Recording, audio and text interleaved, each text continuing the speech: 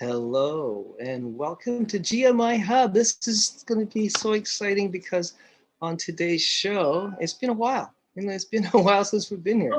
So we want to thank you and welcome you to our live broadcast. We are talking to Noreen. We'll get more to that later. But yeah, Noreen. But today we're going to be speaking about preparing your voice for live performances because we are in a season right now where those opportunities for live performance have started back up for some of us, and it may be a while since you sang last or got into that routine.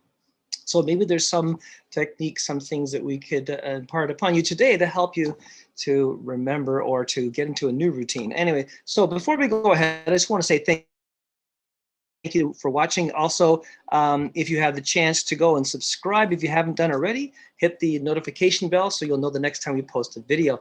Also, we have our own website I want you to check out. It's the GMIHub.ca, and on there, there's so many cool things to check out, including signing up for our monthly newsletter. Now, this monthly newsletter sign up will give us your email, which will allow for us to make you a part of something really special. And not only will you get that monthly update from us, the GMI Hub will send out that, but we also have something special to tell you about. Cheryl, would you mind mentioning to everybody about the Backstage Pass?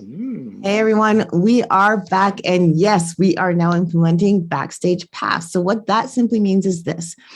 When we are having these conversations with our wonderful panelists, when we start we're going off the air, we are going to allow you to come into the Zoom meeting kind of behind the scenes to be able to interact with the panelists that we are talking with during the live webcast. Now, in order to do that, you do have to be on our mailing list.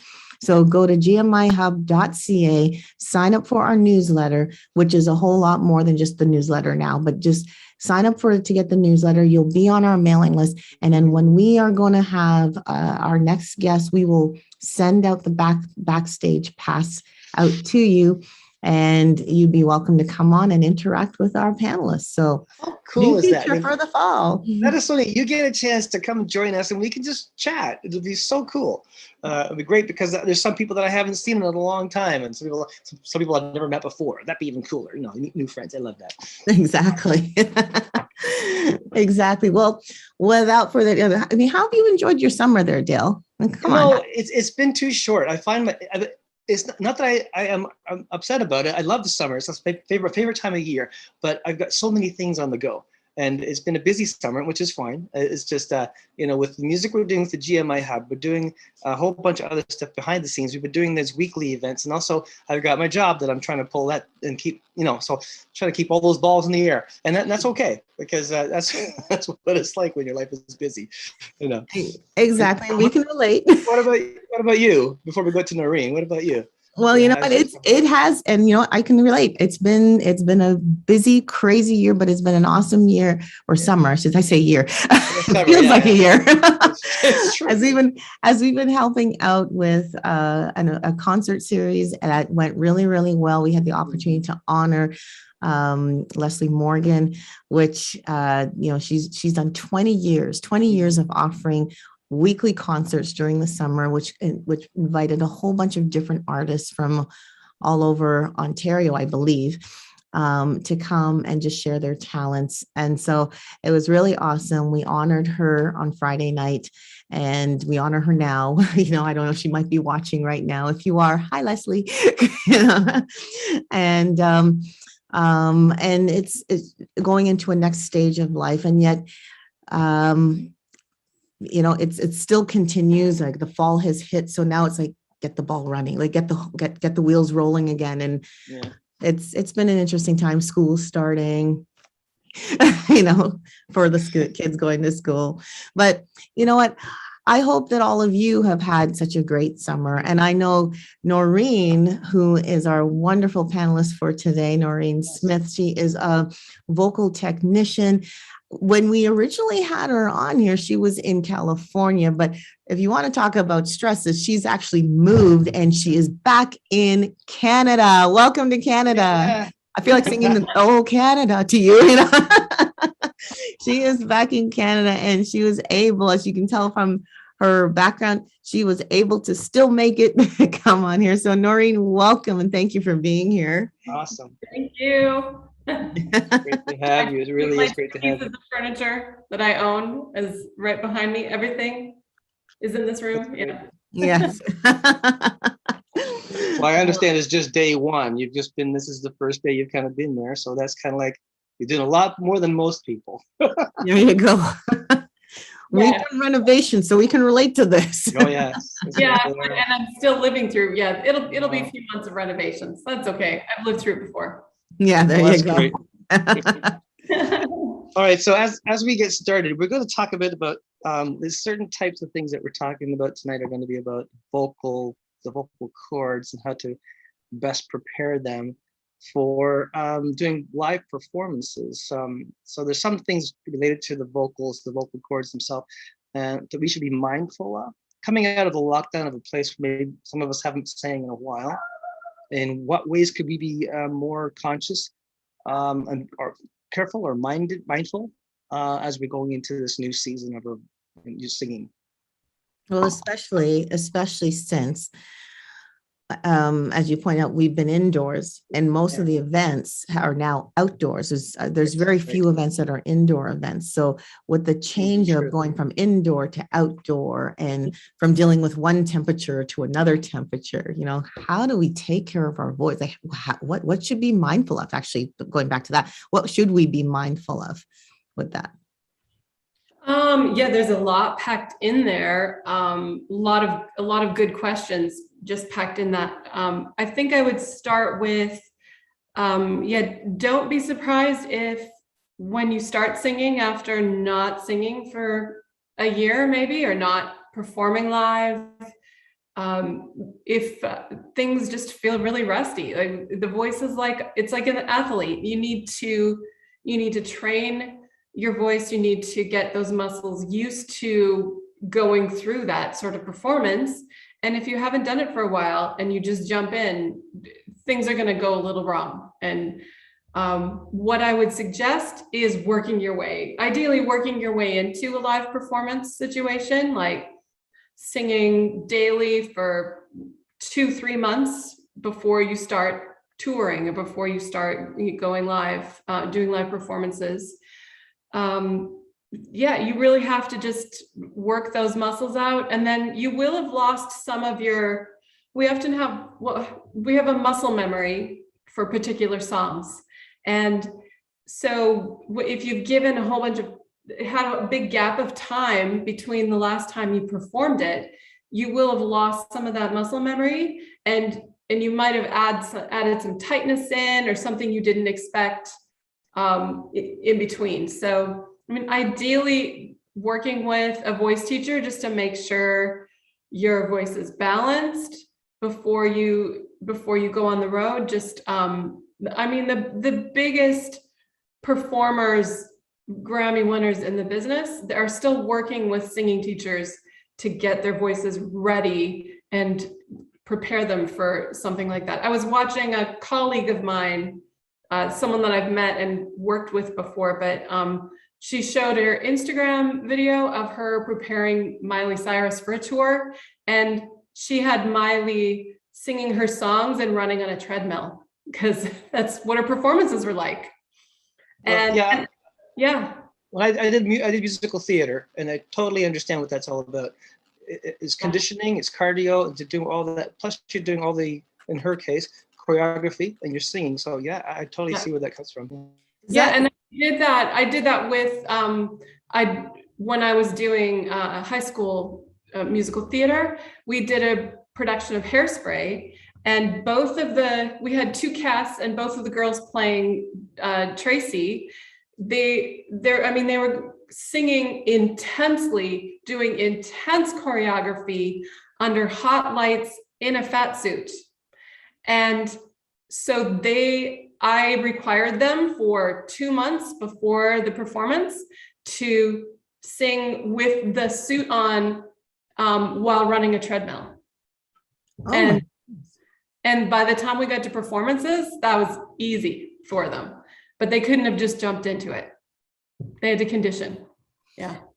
I hear that, and I thought that running on a treadmill would be more for the breathing, like to control breathing exercise. Is that what that primarily did, or is it just a combination of it's the breathing as well as, you know, making sure your voice is under control while you're running all over the place? Or all of that? It's so many things, really. I mean, you want to really first you want to get your song to a point where you can comfortably sing it and it doesn't hurt anything, and you can get through the song without feeling fatigued. And then you add the cardio. Like you got to get your muscle memory in a place where your muscles will go to a really balanced place no matter what you're doing with your body. And yeah, so it's condition get your muscle memory in your song nice and balanced so you don't get fatigued singing the song. And once that's locked in, then you start singing it on a treadmill so that you can be ready for, if you have a really energetic performance, you have to condition your voice, and then you have to condition your body. so if we don't have a treadmill, does that mean we need to go outside jogging and sing at the same time? Yeah, that You works. could. Or you could, like, if you aren't a person who's jumping around the stage and doing choreography, you're just walking around the stage, like walk around your house while you sing, because that can wind you a little bit. Whatever kind of matches your performance, what you do in performance. Yeah, that makes a lot of sense. Yeah. Wow. Well, let's talk about, we can talk about our own personal experiences. Like, as we mentioned, we were part of, like both Dale and I assisted on a concert series. And even when we sang, each of us sang, we had different experiences. For myself, I can say that I sang, and knowing that I was going to sing for as long as I was trying to, hold back on some things, but I did get feedback that, I didn't hit the notes just right. And, and then the next day I had the rasp, I didn't know. So I guess I didn't run on the treadmill. I didn't know about that part. I have been doing walking exercises though. But even with the rasp, like what's the rasp mean? The rasp just means that that there were some imbalances while you were singing, and that it went on long enough that it's kind of like when you're breaking in a new pair of shoes and you could feel that rubbing against your foot, and eventually it hurts. Eventually it could turn into a blister or a callus. That would be, that would be more serious. With the vocal cords, that the equivalent would be more like a polyp or a node. But it's really just your body indicating like, ooh, that just rubbed the wrong way for a little too long.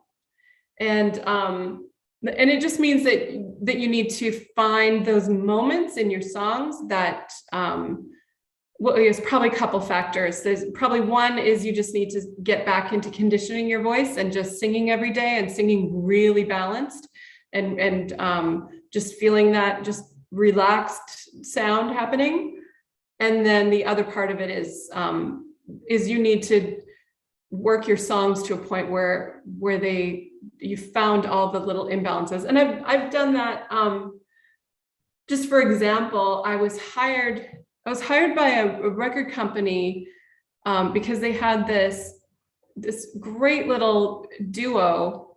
They played all their instruments and then they sang harmony, and they wanted to send them on tour, but they did a showcase for the label, and they were like, your live vocals, you're not going to last on a tour, and they weren't in tune. You didn't sound comfortable. You were working too hard. You guys both had fatigue at the end of your sets.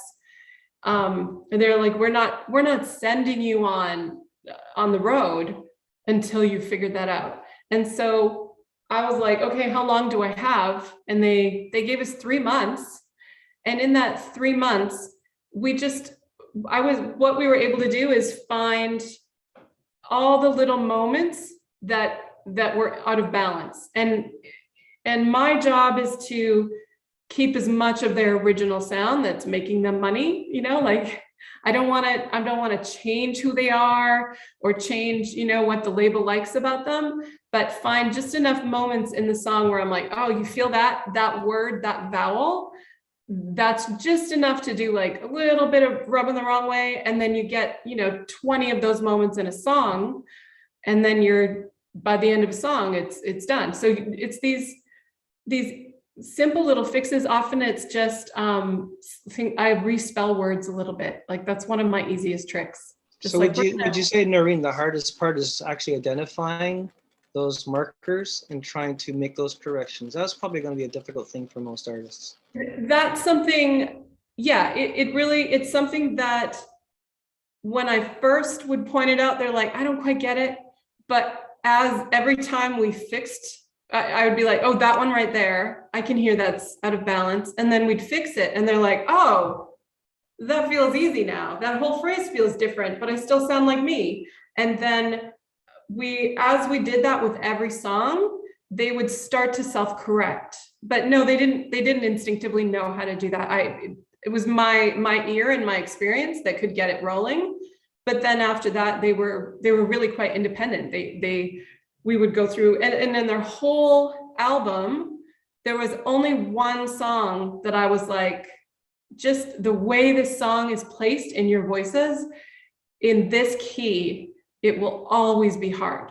And so we changed the key slightly, and they both were playing the instruments. So they're like, oh yeah, well, we can just relearn it in a different key. And it was only one song. And the rest of the songs, we just changed some spellings of the word. We found all those little imbalances. And they also were noticing, and I hear this from a lot of artists, that that they'll do, they'll work their whole set list around which songs fatigue the most, and to be able to get through their set, they make their set list based on which songs that are going to destroy them. And that was the same with these artists. And I was like, wouldn't it be great if you could base your set list on like what felt like the right emotional arc? Right. What was the appropriate song for that portion of this? Yeah, I see what you're saying. Yeah. And so we were able to balance out all of the songs, so they could now, instead of basing it on like, oh, that song's going to break me, I have to put it here, they could do it based on the emotional arc they wanted their show to take. And it's just it seems like such a simple little thing to just rework those little imbalances that are everywhere. But it changes a whole show. Once you work out, like it ends up being hundreds of them. And once you work them out, it changes everything. Yeah. I think once you recognize what they could be, you can identify them in every situation. So it makes it easier for you as an artist. Yeah, we did it enough cool. that eventually an artist can go, oh yeah, I felt that didn't feel right, I'm going to respell it. Right, exactly. Yeah, and they barely need me anymore. Now, some people might be thinking, what do you mean by respell it?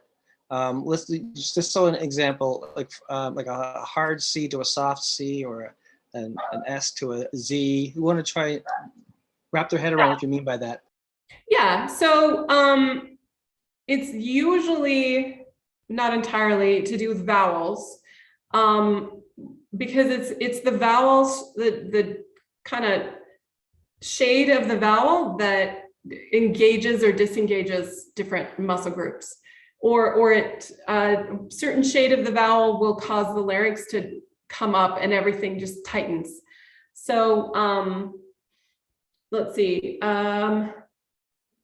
So if I were to sing, an example that I use sometimes with my singers, and I'm like exhausted, and my voice is like pure stress is where I'm at. This is just perfect then. This is just great. Oh, perfect time to sing. But so okay, I'm gonna do two versions of Somewhere Over the Rainbow. And the first one, it's gonna sound really bad on purpose. But I'm just going to let the vowels take me wherever they feel like. I'm going to let the vowels decide how it goes. So it'll sound bad. So it'll go, So if I go, somewhere over the rainbow, then, you know, I'm like, I already want to cough doing that, because it was just, it means like my larynx is like jumping up and I've got all these different muscle groups coming in. So if I respell it to somewhere over the rainbow, somewhere over the rainbow, then it suddenly, yeah, it did not sound good, but it was better. You can tell by the shape of your mouth even. When you're shaping your mouth, it's a different kind of elongated, not so like, you know, wide. It's more, and it's more consistent, and that's kind of extremes example, like that can be tweaked to different genres, different styles.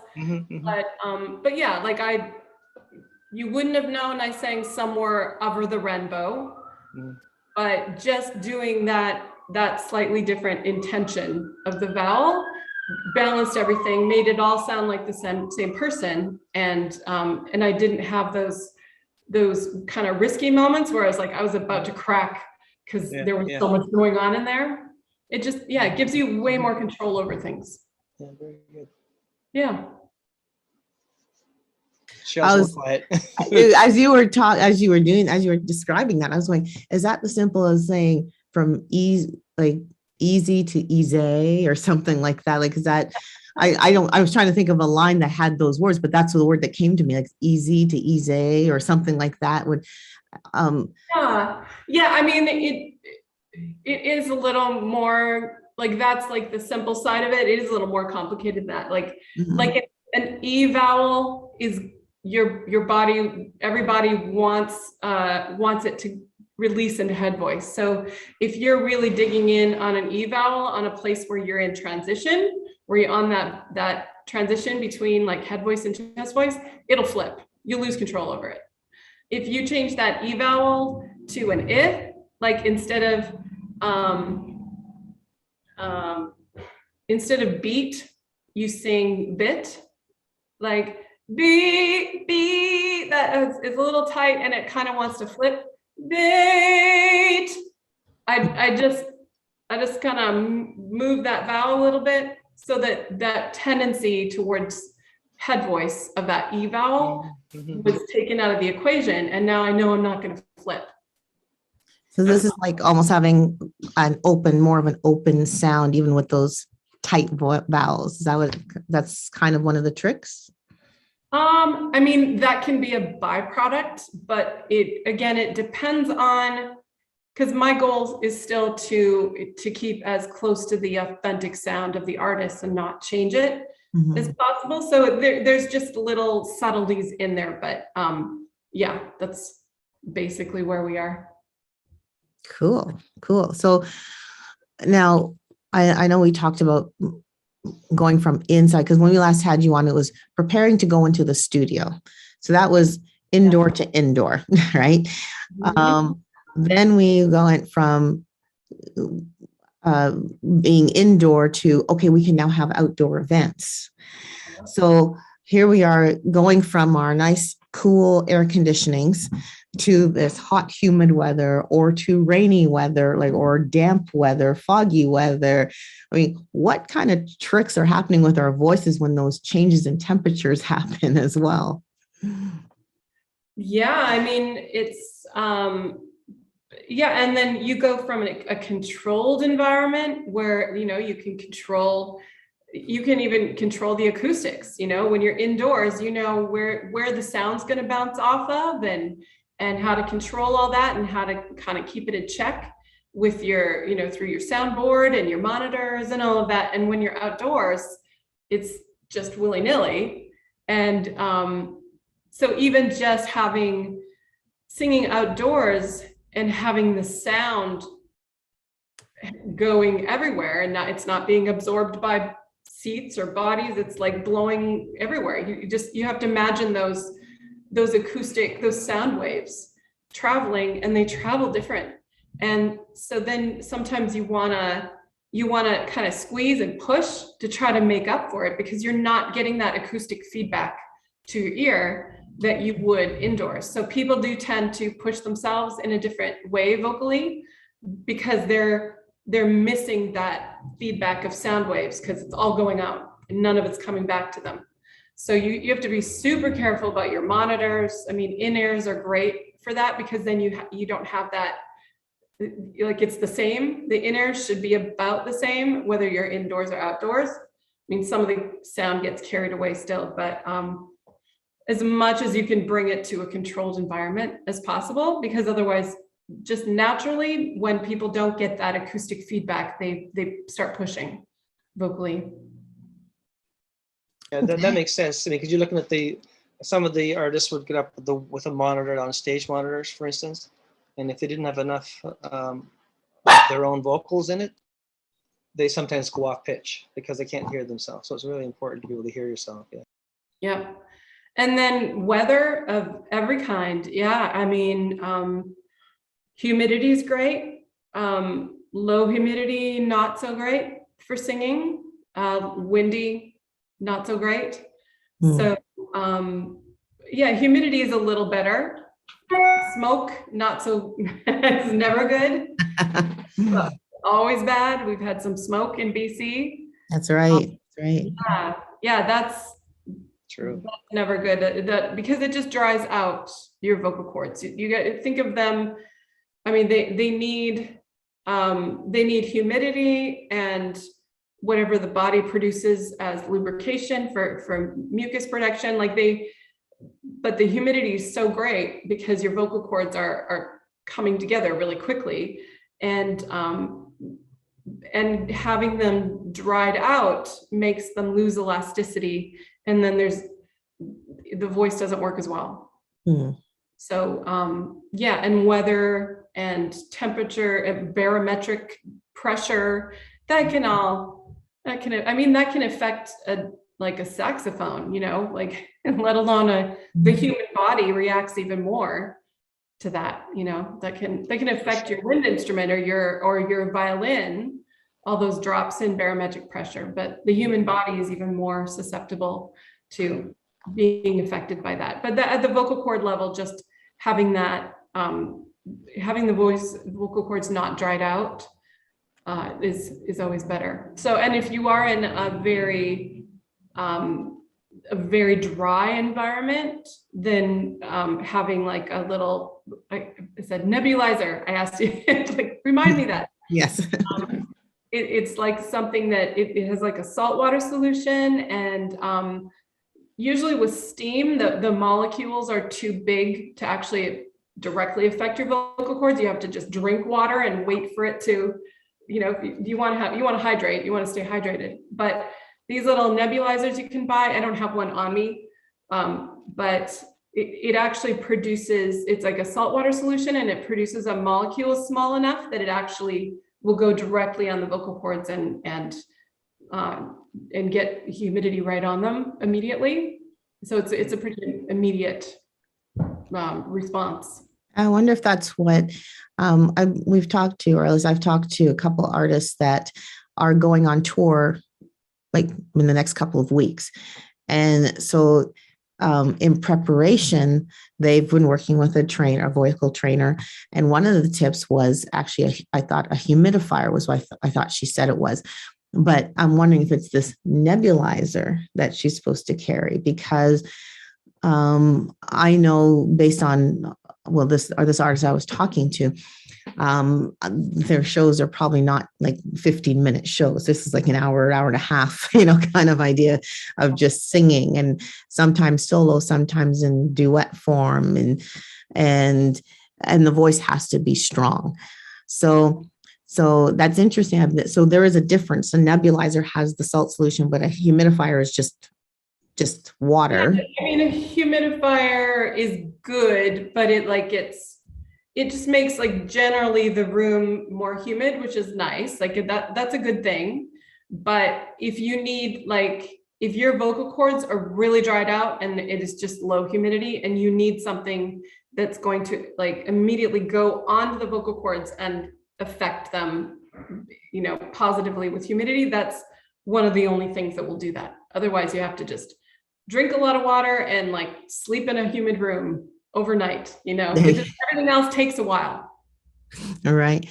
If you are just tuning in right now, you are watching GMIHub online. Yes, we are back. And today we are talking with Noreen Smith, who's a vocal technician. And we're actually talking about getting ready for touring, getting your voice ready for those live performances. Now, I know some of you have probably already started and already done a few live performances.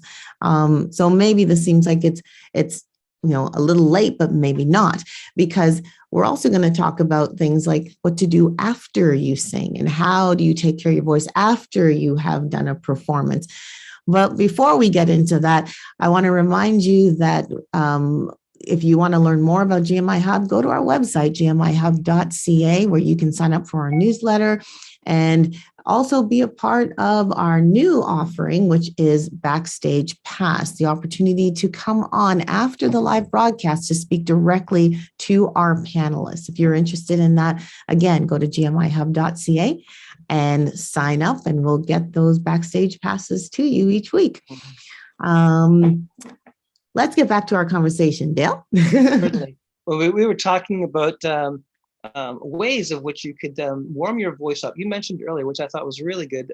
Try to do stages to do us like a gradual build to the. If you're doing a 45-minute or an hour set, maybe you haven't sung in 18 or 12 months. You want to take maybe do a couple of like maybe 10, maybe a half an hour. I mean, to an hour of singing quietly and warm up to the point where you're doing your full voice, but don't kill yourself to try and get to where you were a year ago. That's a great advice. Yeah, you want to build that up. You want to build that up, just like you don't want to, go from not lifting weights for a while to, going to what you could bench a year ago, but you haven't lifted weights since. You want to think about taking care of your voice in that kind of way. Yeah, you need to build up your stamina. You need to start gently. And then just really kind of be aware of your body and how your vocal cords are reacting, and don't sing until you're hoarse. Sing just before that happens, and then just build it up. I mean, ideally, we don't want to lose our voice at all, but when we're first starting, we might have some different imbalances because we haven't sung for a while and our body's kind of forgotten a few things, and you just need to sing, like, just don't push yourself too hard, but just do it every day. Sing every day, build it up to the point where you can get back to your old self. Just think about it the same as exercise, same as lifting weights, same as anything athletic. And I brought that up simply because there are some people that are actually doing that. They're outperforming now. And they're probably hit the reality factor that, oh, I don't have the chops that I had. So what advice would you give that individual who's maybe in the middle of doing a 3-month tour or whatever, they're busy? What kind of thing could you can help them with right now? Yeah, and I have had phone calls from someone on tour that they're like, I'm in 3 shows on a 20-show tour and my voice is gone, and they're panicking.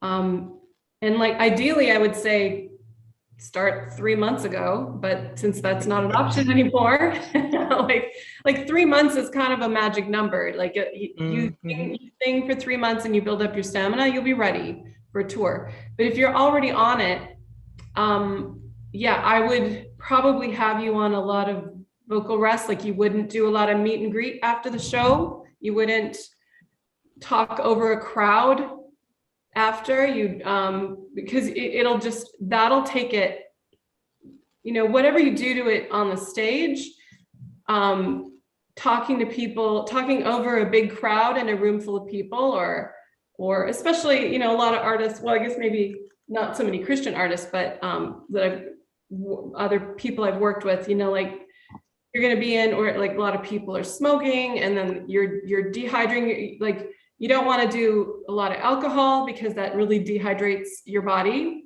A lot of coffee, alcohol, coffee, that'll all severely dehydrate you and just make it all worse.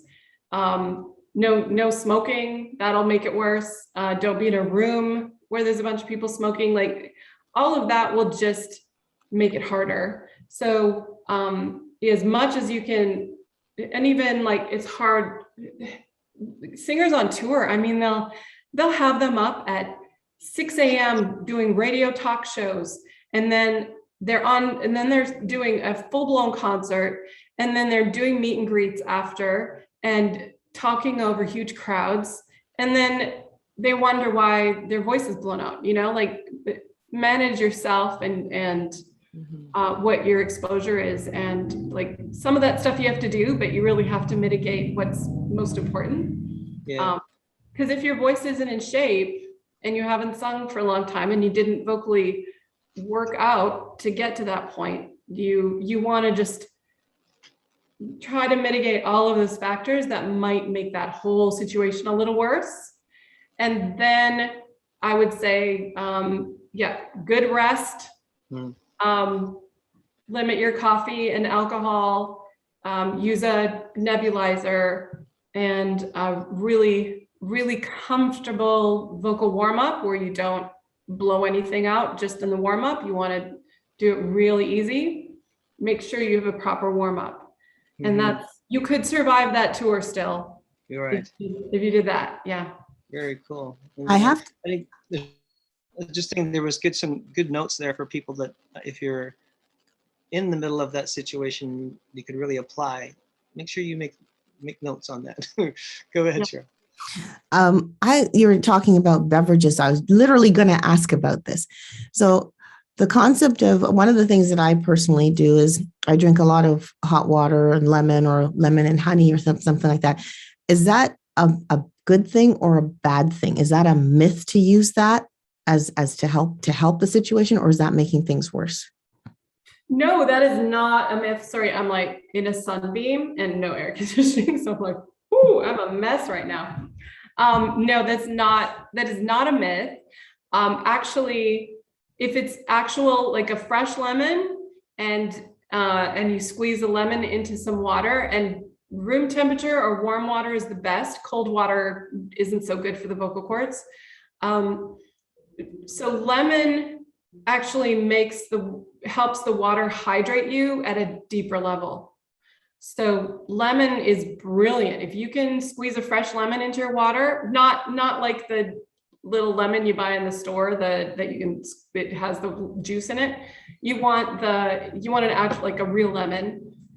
And like there's studies that show that it just deeply hydrates the body at a whole different level than just water.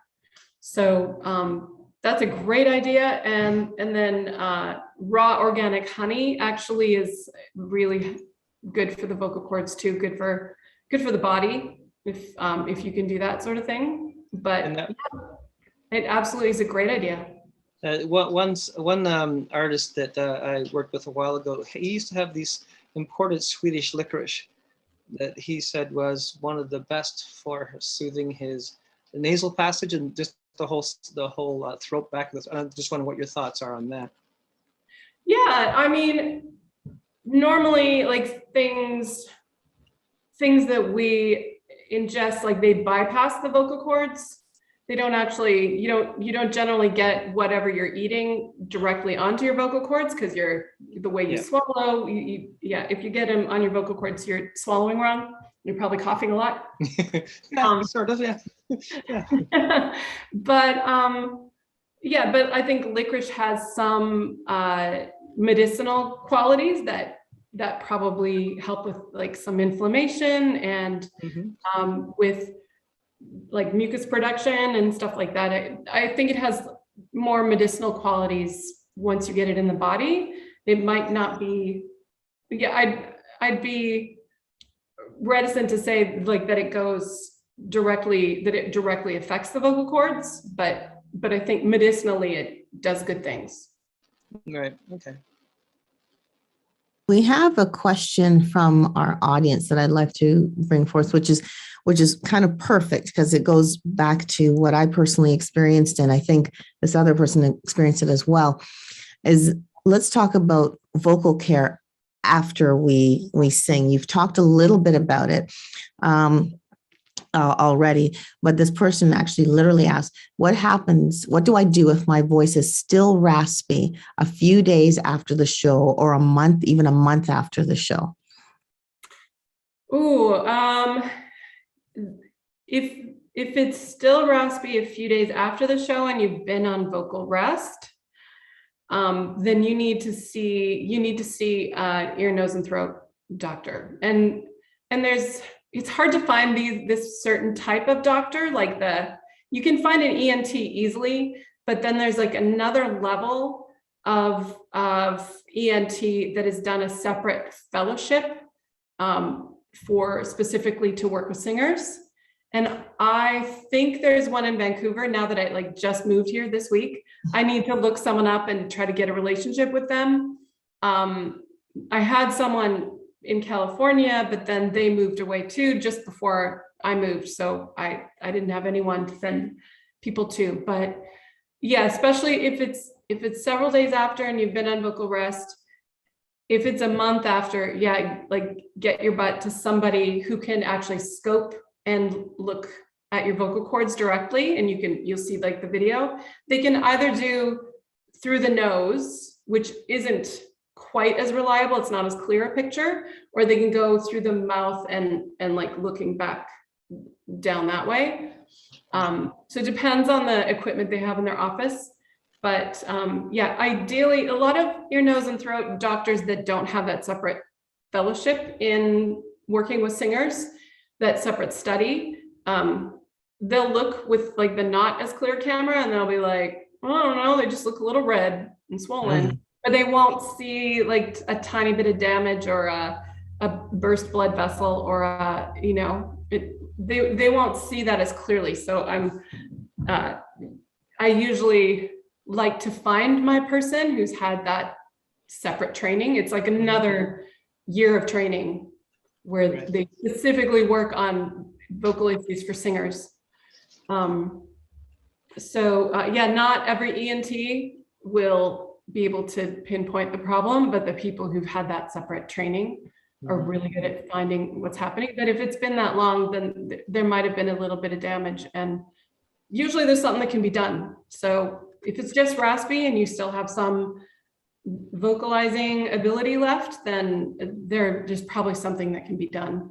Still, I'm a little raspy, but I'm swollen and I've been very stressed. Yeah. Yeah, stress I'm sure can have quite the effect on the vocal cords. Yeah, that's a whole other conversation. Yeah, like what medical conditions or life conditions can mess with your vocal cords. I'm experiencing that right now. Yeah. Another question that's popped in: are there more people with vocal issues now, or with now that we've had that downtime, or is damage easier to see because we've had that downtime? Do you think there are more people with vocal issues now? They're recognizing it easier, you mean? Yeah, I think, are there two different questions there? Yeah, I think there might be. It says, is there more people with vocal issues now, or with the downtime, the damage is easier to see? That's how it was written. So I think it was supposed to be two questions. Yeah, I mean, I don't have any, I haven't particularly been on the lookout for like more or less people, so I couldn't speak into that, but it wouldn't surprise me if people who just haven't sung for a while and then suddenly they're singing and they have more vocal issues. But having vocal rest could also be positive. You know, it could have undone some damage and given the body a chance to heal. So that could be a good thing. It just depends on the person. So, but yeah, like having a year of vocal rest and a little bit of vocal damage and having time to recover from it could be good, as long as you don't go back to the same old habits. You know, you need to find someone who can help make a change so that from here on out, you don't get that damage again, because it'll probably just come right back if you're doing the same things. Right. That. Okay, I hope I answered the question. That makes sense. You can't expect to have different results doing the same thing. Yeah. Yeah. A reminder again, you are watching GMIHub online, and we are talking to Noreen Smith, vocal technician, about prepping your voice for live performance, especially now that we've had through, what is it, 18 months of lockdown and being kind of confined and not being able to get out as often as we'd like, and just going through a summer season where most people would have been involved in festivals or out some kind of different events, and even prepping now for fall and touring and so forth. It's getting back into that swing of things now that things are slowly opening up. So this is just the conversation that we're having right now. If you want to learn more, Noreen's company is called The Connected Voice, right? Did I say that right? Oh, yeah. There's a Connected Voice, and our website is theconnectedvoice.ca. She'll be happy to receive. .com. Yeah. Oh, sorry. .com. She'd be happy to answer more questions, or if you're, or you can feel free to contact us at gmihub.ca, and we'd be happy to forward questions to her as well. But if you are on our mailing list, know that you probably have received an email, especially if you're a singer, about getting a backstage pass. And what that simply means is, when we are closing off this live webcast, you will have the opportunity to jump in on the backstage to get in and have a personal conversation with Noreen while we have her here in our little Zoom meeting here. So if that is of interest to you, you get ready, find that email with the backstage pass, and be ready to come on and talk to Noreen directly. I'm excited about this opportunity. Maybe today might be a bad, you might get a lot of people, maybe a few people, but in the long run, I think it'd be really cool if everybody took advantage of this, because it'd be nice to have this community start to talk amongst each other, and have that, what Cheryl and I were talking about from the concept of this GMIHub was to network with people and have a chance to hang out with each other. And because of the COVID for the last 18 months, it's been a difficult thing to do. But this is an opportunity for us to be able to hang out with each other. So if for no other reason, this is a good opportunity for you guys to be part of the Backstage Pass. And let's hang out and do some Q&A and have some fun talking about what we're all about. That'd be awesome. I'm gonna just, this sunbeam is chasing me, and it's brutal. I'm gonna try to just adjust. You just try shift. Okay. We'll sing Sunbeam. Come on, let's sing Sunbeam together. Yeah. From now on. Okay, I'm sorry. I'll stop. All right.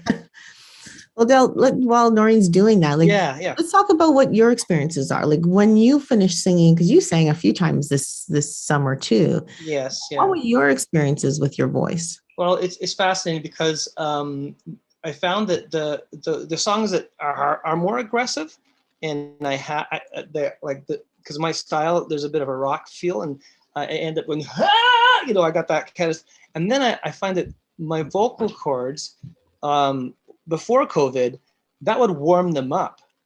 So I was able to hit those notes, but this time it's almost like my voice wasn't comfortable, and it's out of practice. Like what we were talking about earlier. It's exercise, because I do sing occasionally, but there's nothing like a full out singing compared to like sitting in your car and singing, we are the world. I mean, you're not even singing it properly. It's like, I know. But whenever you're actually singing it live on stage, you're doing your full voice, and it's a totally different effect on your vocal cords. And it's funny because especially the time I did the full 15-20 minute set that I was doing at the third, fourth song, I found myself not able to sustain. And it's a matter of what we talked about earlier. Noreen was talking about that working out that 3 months prior, getting yourself into exercise. And we're all there right now. I think there's some of us who are smarter than the rest of us, and they're probably practicing on an ongoing basis. And that's amazing that they're able to do that. But me, maybe not so smart. Well, that'll be you and me both, because we We didn't, well, I would say this, I've never really heard the magic number about 3 months, like take your 3 months and actually warm your voice up. I usually get a message from my husband that basically, like he sometimes says to me, have you sung today? That's usually what he does, but usually it's because my mood is kind of, if I'm frustrated about something or anything, and he's like, have you sung today? Kind of idea. So yeah, that's right. That's because that's that mood thing. He knows that you haven't been in your happy place. there you go. Right. Music makes me happy. So, we've talked a lot about, there's the care before. I'm almost treating this like a business now, the care before. Do some warm-ups that are not stressful. And about how long would you recommend, Noreen, for people to warm up or to do their can I say vocal exercises when leading up to going on a tour? So on a daily basis, I know that's 3 months, but on a daily basis, half hour, 45 minutes, what would you recommend? Yeah, that often depends on the singer. Some singers need a longer warm up than others. So I would say anywhere between 15 minutes and 40 minutes, depending on where you feel that sweet spot. You land in that sweet spot. We're like, oh, it's all there now. Some people, people are built different, and some people need about 15, some people need 40. So, and that's the vocal warm up before you sing your songs. Yes, right. Yes. You just listen to your own body and find that spot where you just feel like everything's working. And that's, when you're warmed up. Is it normal, and maybe this is a silly question, but is it normal to feel exhausted after doing a warm up, or is that just a sign that we've done too much? That's probably a sign that you need a new warm up. Oh. Yeah, it just means that probably your warm up is vocally imbalanced, and you need to find one that, because a vocal warm up should be as like a perfectly controlled environment, like where your muscle memory locks into, you've worked it enough that you lock into a place where your muscle to air balance is pretty much perfect for the warm up. Because that's going to prepare you to be able to sing that way. Right. I was about to say that then you would be able to understand what it is you can do as a vocalist instead of trying things you're not sure of, especially in a live situation. Yeah. Mm-hmm. Yeah. So if you're experiencing that, like I would love to work with you or work, like anyone who's experiencing that, just to like, okay, well, what's a vocal warm up that would put you in that place where you just feel really balanced and really warmed up and just ready to sing anything. If it makes you feel worse, then there's something wrong with the warm up. Okay. Yeah. I start thinking about the warm-ups I used to teach our kids choir, like the May Me, My Mo moves and stuff like that. And I think it worked for them. They were okay with it. Right.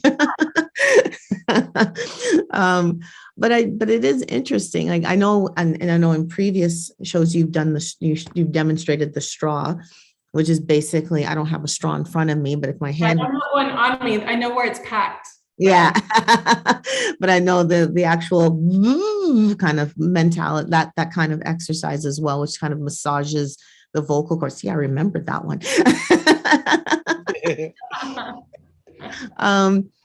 But yeah, like when you talk about knowing the balance, I mean, I guess that really takes working with a vocal coach to know that, to know what that means, because I know even when I think about myself singing, I go, wow, I don't even know what the balance would be. I know that after singing, I could feel exhausted, but if that means my warm up is wrong, then what do I need to change? And that's going to be hard to actually figure that out. So am I correct in that, or is it just understanding I don't know, what are the telltale signs of knowing when the I guess the vocal and the air is right? Is there a way of knowing that, or is that just taking someone else's opinion on that?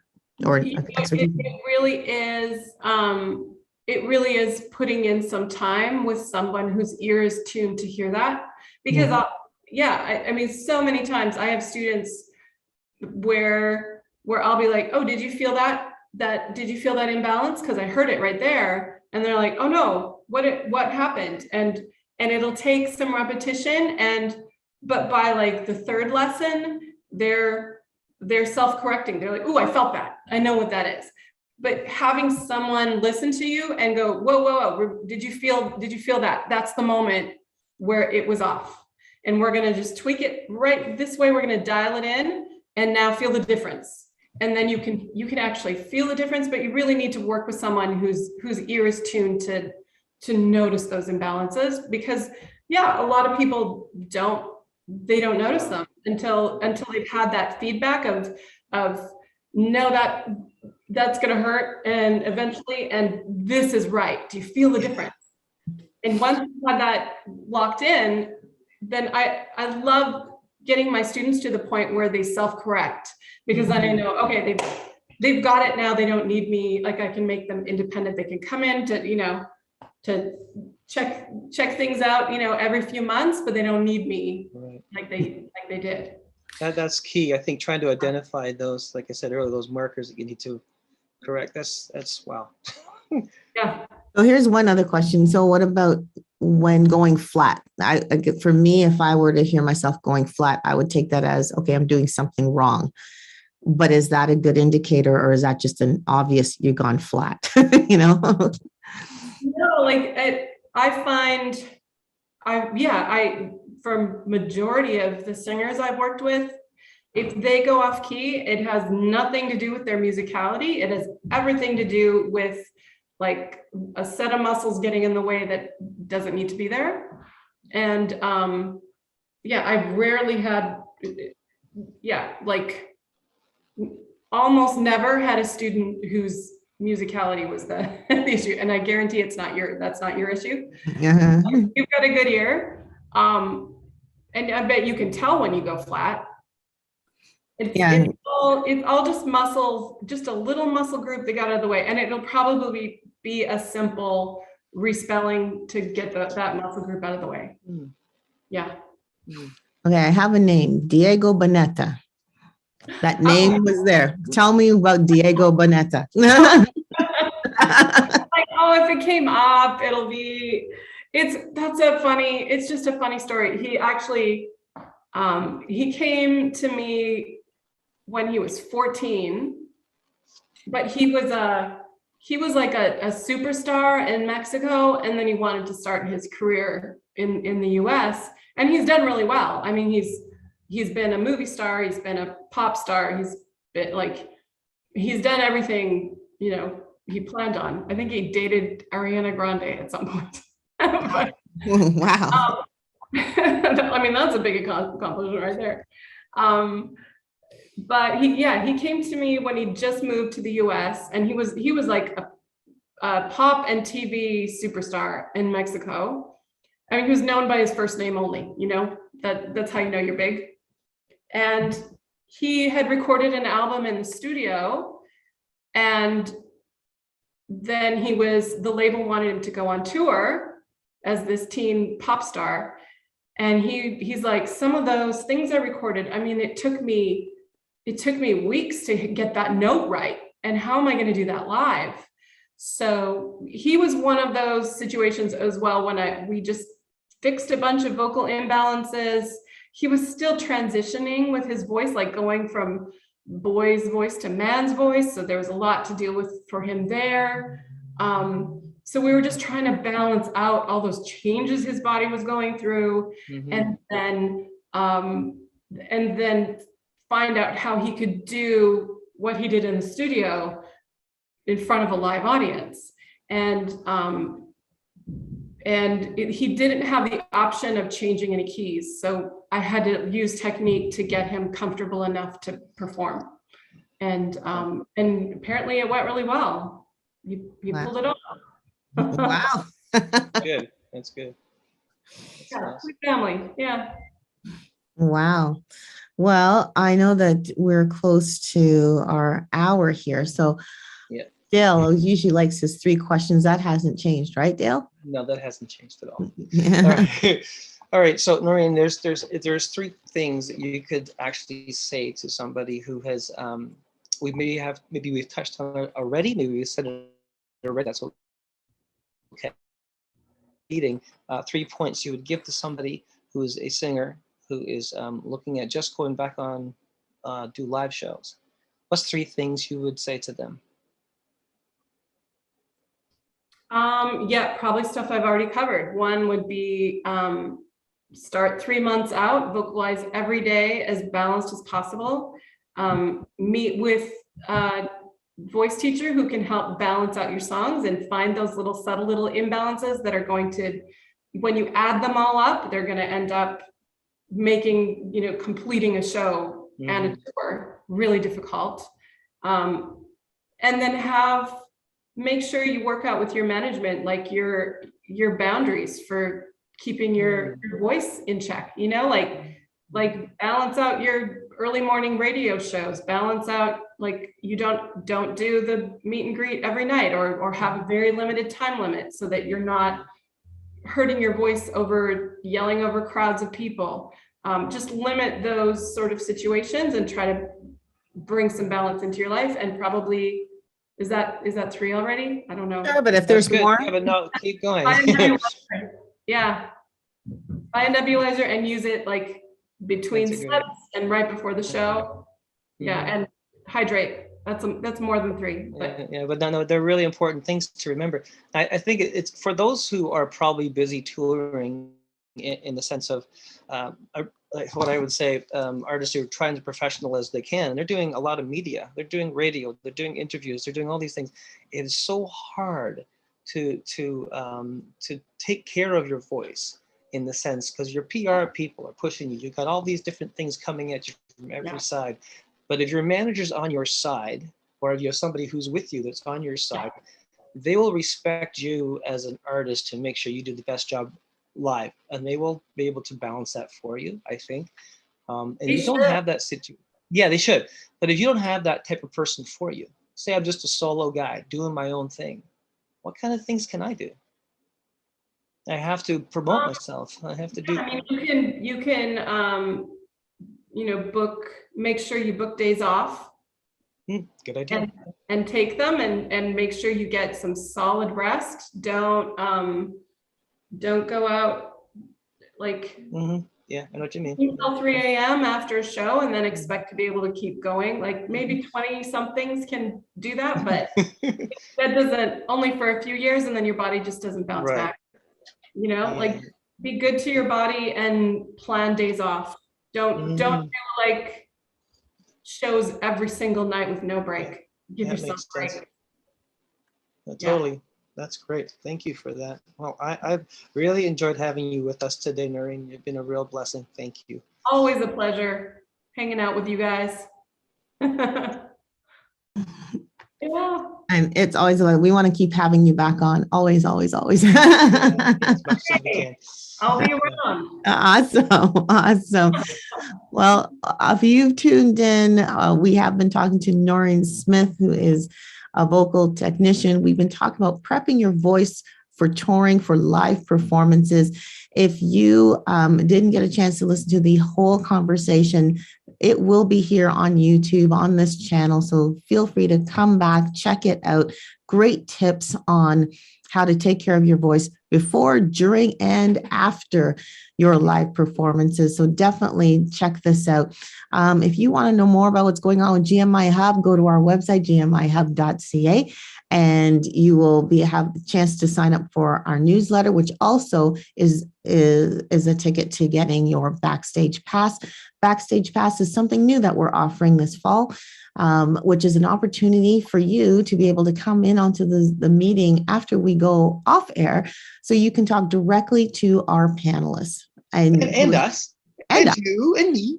Oh yes, of course, yes, and us too. But most people want to just go straight to the panel, right? So if you want to have access to the Backstage Pass, definitely sign up at gmihub.ca, and we'll be happy to get you on the list so you can get those Backstage Passes. We have a Christmas compilation album. Some of you may already know that before the summer, we were really pushing to get some new songs, and we did get some really good songs that we are putting together into a compilation album that is going to be coming out October the 30th. So look And it's out. so exciting. I'm just excited about it. So cool. Great, Yes. talented people. Awesome. Yes, absolutely. And we're hoping in October to have some of the people some, if not all the people All that of are them, yeah. that are on their songs are featured on the album to have a songwriter circle with us on October the 25th. So if you're listening, artists, let us know if you're going to be available, because we'd love to have you on just to share your story behind your song, and we'll do a songwriter circle right here live on GMIHub online, and also play a little sample of your songs too. So that'll be awesome. Christmas special. Probably have that in November. I hear about.